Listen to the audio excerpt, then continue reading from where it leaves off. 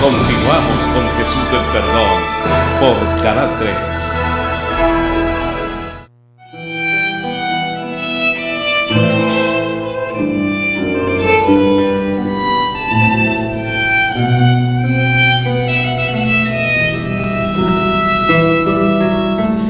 Muchísimas gracias por esperar el retorno. Hoy se cumplen 10 años de que las transmisiones en Antigua Guatemala se reiniciaron a través de la televisión guatemalteca, pero además se cumplen 10 años del desaparecimiento físico de su santidad Juan Pablo II, y lo recordamos también con mucho amor y con mucha nostalgia. Su presencia en Guatemala, sus 3 visitas a Guatemala hicieron que muchos corazones cambiaran de línea de conducción. ¿Recuerdas al Papa Juan Pablo II? Claro que sí.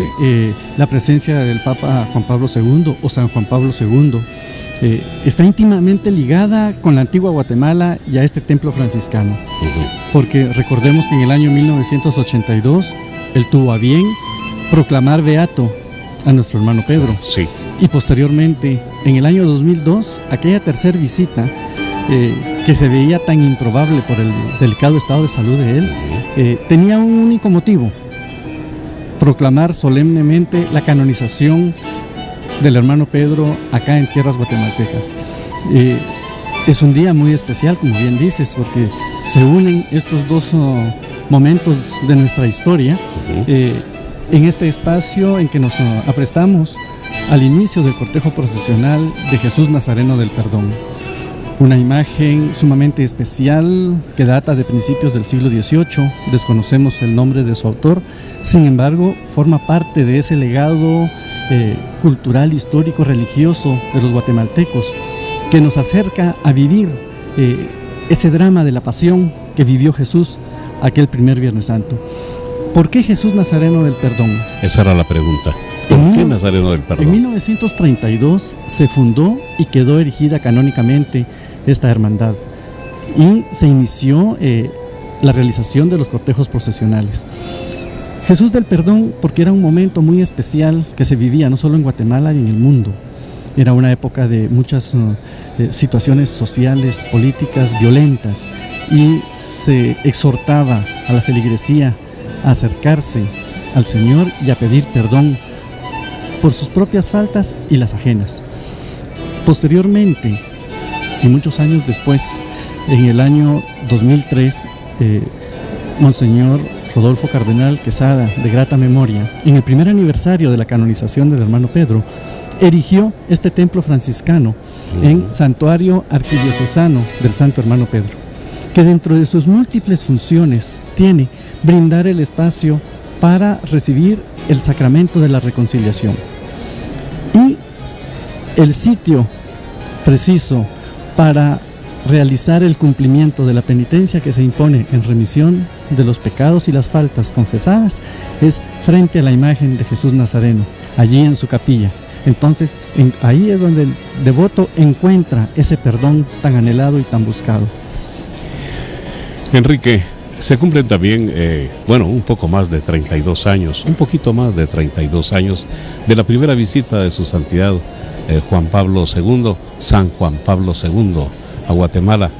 Y recuerdo que todo ello está también de la mano con todos aquellos aspectos que eran inherentes al pensamiento, al deseo y el ideal de sus visitas, y era que los que sufrían pobreza, sufrían hambre, sufrían frío, fueran tratados de mejor manera, y lo decía abiertamente a los gobernantes de ese entonces, que había que trabajar porque se superara la situación de pobreza, de inminente pobreza, de gran pobreza de muchos sectores en el mundo. Así es, las 3 visitas de San Juan Pablo a Guatemala estuvieron marcadas, y era una llamada constante para todos los guatemaltecos para que nos esforzáramos y trabajásemos por la paz y la reconciliación entre todos nosotros. También por mejorar esas condiciones del día a día de todos nuestros hermanos. Y encontrábamos mucho paralelismo con ese mensaje y estilo de vida que el hermano Pedro llevó acá en la ciudad en la medianía del siglo XVII. Recordemos que el hermano Pedro se preocupó no solamente de la parte espiritual, sino también del bienestar de la salud, de la educación de las personas que vivían en aquella época. Fundó la primera escuela para niños y niñas pobres, el primer hospital de convalecientes. Y esto es sumamente importante por el momento en que nos encontramos. Fray Atilio Prandina. Así que, queridos amigos, hay muchas razones para estar presentes en Antigua Guatemala, estar en este templo franciscano, rememorar tantos aspectos históricos, tanto que es la vida en sí de los guatemaltecos a través del tiempo. Vamos ahora al interior del templo franciscano, donde los actos protocolarios han iniciado ya. Nos hemos reunido en este maravilloso templo para realizar la solemne procesión de Jesús Nazareno del Perdón y la Santísima Virgen de Dolores, y poder llevar el Evangelio a cada uno de las personas que nos visitan en esta ciudad. El detalle de adorno de Jesús Nazareno del Perdón sobre un basamento de corte rústico, apreciamos las palabras de Jesús: no lloren por mí, lloren más bien por ustedes y por sus hijos. Vemos la imagen de dos mujeres de Jerusalén que lloran y se golpean el pecho tras ver el cruel sacrificio que hará Jesús por todos los pecadores. Seguidamente se yergue el templo de Pilato, en el cual el Hijo de Dios, representado por la consagrada imagen de Jesús Nazareno del Perdón, inicia su camino hacia el Gólgota. Pero se hace notar que su sacrificio será facundo, pues va a instituir con su sangre el mejor legado a través de su resurrección, y así quedarse vino en la divina celebración de la Eucaristía. En la parte final, la imagen de Pilato, quien acaba de sentenciar, nos recuerda el momento en que Jesús fue presentado ante él y le preguntó: ¿eres tú el rey de los judíos? Y Jesús contesta: mi realeza no procede de este mundo. En este encuentro de Jesús con Pilato se nos da a entender que no ha venido a resucitar el reino, sino a introducirnos el reino de la verdad, pues nos dará una salvación espiritual en forma individual a todas las almas creyentes. Cerrando el conjunto del decorativo, un medallón que reza las palabras que dijo Jesús: mi reino no es de este mundo.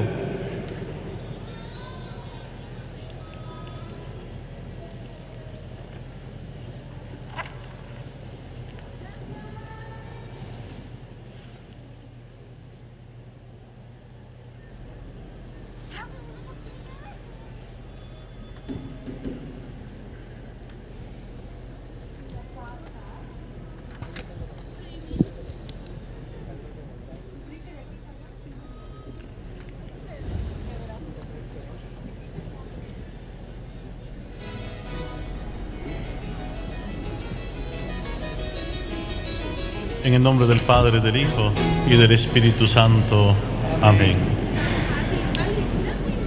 Antes de dar comienzo a lo que sabemos, las procesiones por las calles son un medio de evangelización, que ellas hablan por sí mismo y a cada uno le dice algo diferente.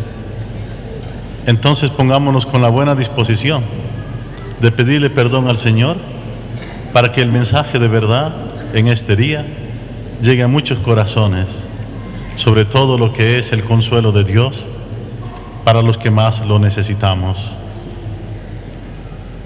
Y así con humildad reconozcamos nuestros pecados, pidámosle perdón y digamos todos juntos: yo confieso ante Dios Todopoderoso y ante ustedes, hermanos, que he pecado mucho de pensamiento, palabra, obra y omisión, por mi culpa, por mi gran culpa. Por eso ruego a Santa María, siempre Virgen, a los ángeles y a los santos, intercedan por mí ante Dios nuestro Señor. Dios Todopoderoso y Eterno, tenga misericordia de nosotros perdone nuestros pecados y nos lleve a la vida eterna. Amén. Oremos. Escucha, Señor, nuestros corazones, así como las mujeres que salen a tu camino, imploran tu bendición, imploran tu perdón y tu consuelo. Escúchanos siempre, te lo pedimos, a ti que vives y reinas por los siglos de los siglos. Amén. El Señor está con ustedes. Y con tu espíritu. Proclamación del Santo Evangelio según San Lucas. Sí, Señor. Cuando lo conducían, agarraron un tal Sirene que volvía del campo, le pusieron encima la cruz para que lo llevara detrás de Jesús. Le seguía una gran multitud del pueblo y de mujeres, llorando y lamentándose por Jesús. Jesús se volvió y les dijo: mujeres de Jerusalén, no lloren por mí, lloren más bien por ustedes y por sus hijos, porque llegará un día en que se dirá: dichosas las estériles, los vientres que no concibieron, los pechos que no amamantaron. Entonces se pondrán a decir a los montes: caigan sobre nosotros, y a las colinas: sepúltenos, porque si así tratan al árbol verde, ¿qué no harán con el árbol seco? Palabra del Señor. Gloria a ti, Señor Jesús. Por las palabras del Santo Evangelio, Los nuestros pecados. Les pido sentarse un momentito para dar una pequeña reflexión, y si ustedes me permiten recordar en este día algunos personajes que también ya nos han precedido a la casa del Padre, donde tiene esa promesa también para todos y todas nosotros. Y quiero recordar una frase pequeña de la Madre Teresa de Calcuta, cuando nos dice que no solo basta preocuparnos de estar revisando cada rato nuestra vida en el pasado, de estar revisando nuestra vida de pecado, de estar revisando cómo he crecido y cómo no he crecido, porque siempre vamos a estar viéndonos a nosotros mismos. Aunque digamos, nos vemos frente a Dios, ¿cómo me mira Dios? Entonces recuerdo que un día como hoy, en una entrevista a la Madre Teresa, ella dijo, no hay que vernos tanto a nosotros mismos. Hay una preocupación todavía más grande: ¿cómo nos ven las demás personas? ¿Cómo nos ven a nosotros? Como cristianos, como sacerdotes, como religiosas, ¿cómo nos ven? Y especialmente, ¿cómo nos ven los más pobres? Ellos, ¿cómo nos ven a nosotros? Nos decía que incluso la pobreza se puede sustentar materialmente. Si tiene hambre, puede dársele de comer. Si está desnudo, se le puede dar de vestir. Pero quiero hacer referencia por qué tomaba esa cita, porque el anda hoy nos refleja esta realidad. Hay una pobreza que es mucho más profunda y más difícil, como es el sentirse despreciado, el sentirse marginado, el sentimiento de ser así olvidado. Me refiero a las personas que están solos. Ese dolor es mucho más angustiante, más profundo, que tal vez pueda ser el material. Así como Jesús también lleva el dolor, y mira el de estas mujeres, es porque también se crea el sentimiento de la soledad, del abandono. Hoy la pasión de Cristo puede ser vivida dentro de cada uno de nosotros, la soledad de Jesús, el dolor y el sufrimiento de Jesús en el Getsemaní, que ese dolor y esa agonía de la soledad es la que le hace sudar sangre, para poder intuir o imaginarnos un poco qué se puede sentir en ese momento tan difícil.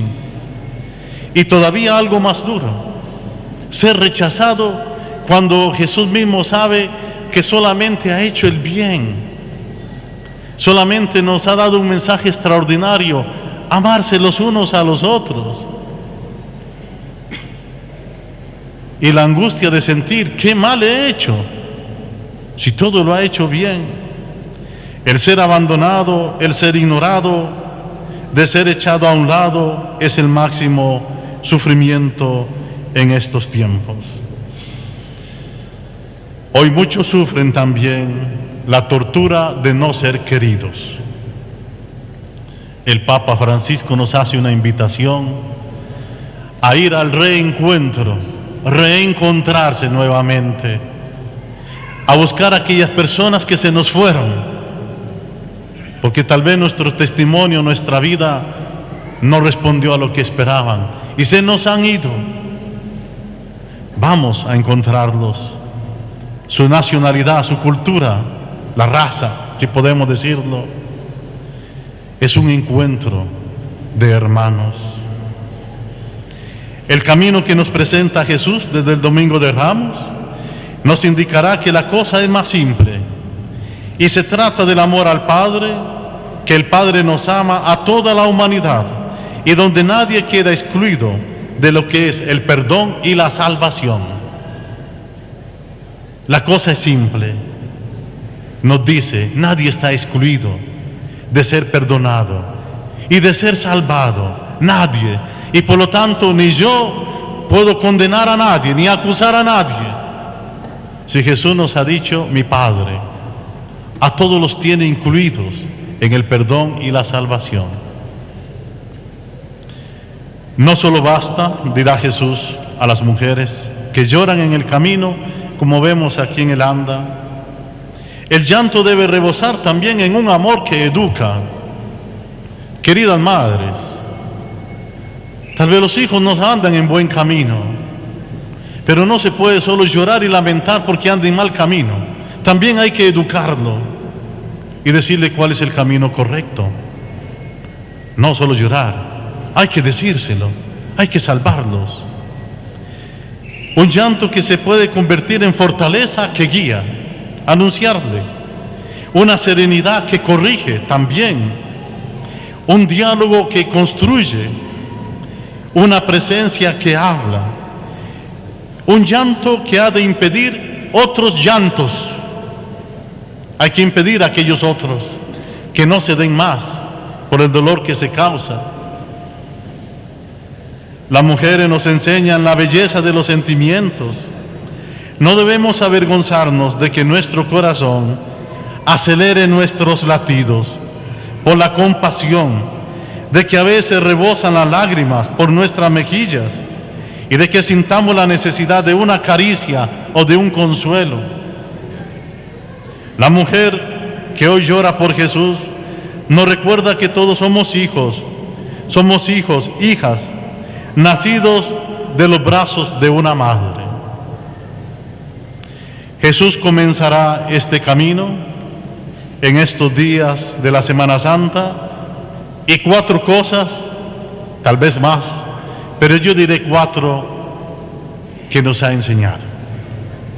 Y eso es lo mejor que nos puede servir.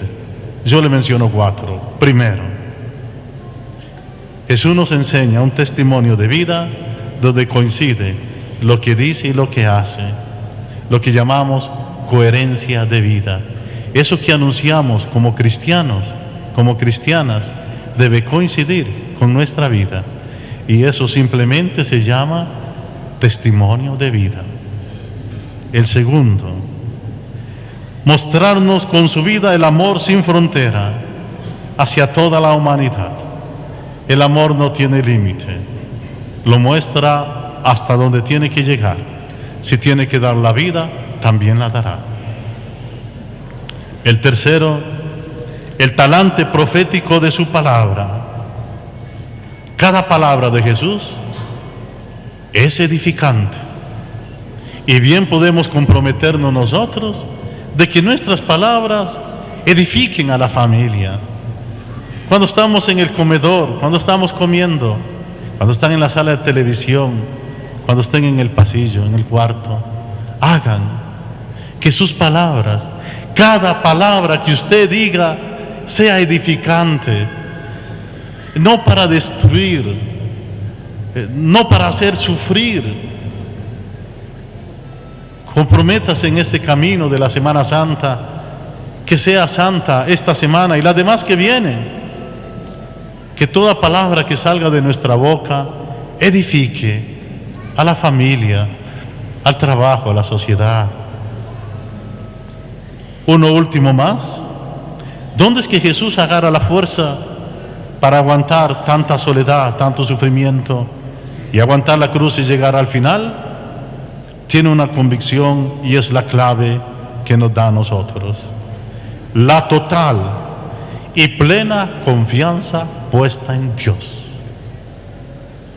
Todo lo que podemos soportar, lo que podemos aguantar, lo que nos puede hacer seguir adelante, así como viene la vida, los problemas que aparecen, las dificultades, hay una que te hace seguir adelante: la total y plena confianza en Dios, un abandono en los brazos de Dios.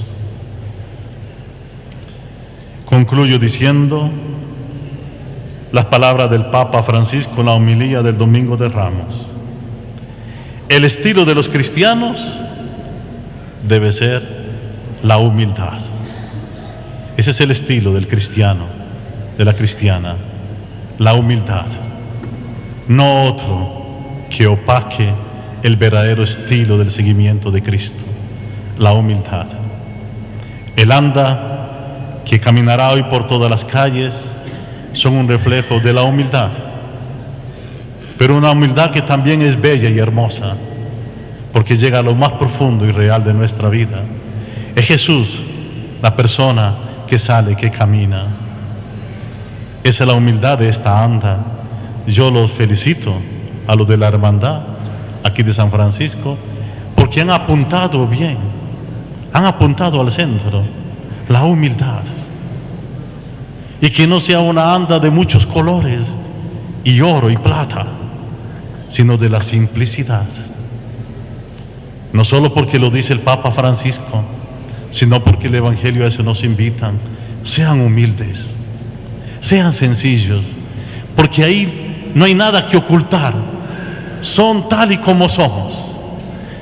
Jesús saldrá con una vestimenta, tal vez diríamos, de las más simples que existen, porque tal vez no le hubiera gustado nunca ponerse de oro o de diamantes, sino un traje como el nuestro, simple, sencillo, porque lo que vale es Él en el camino.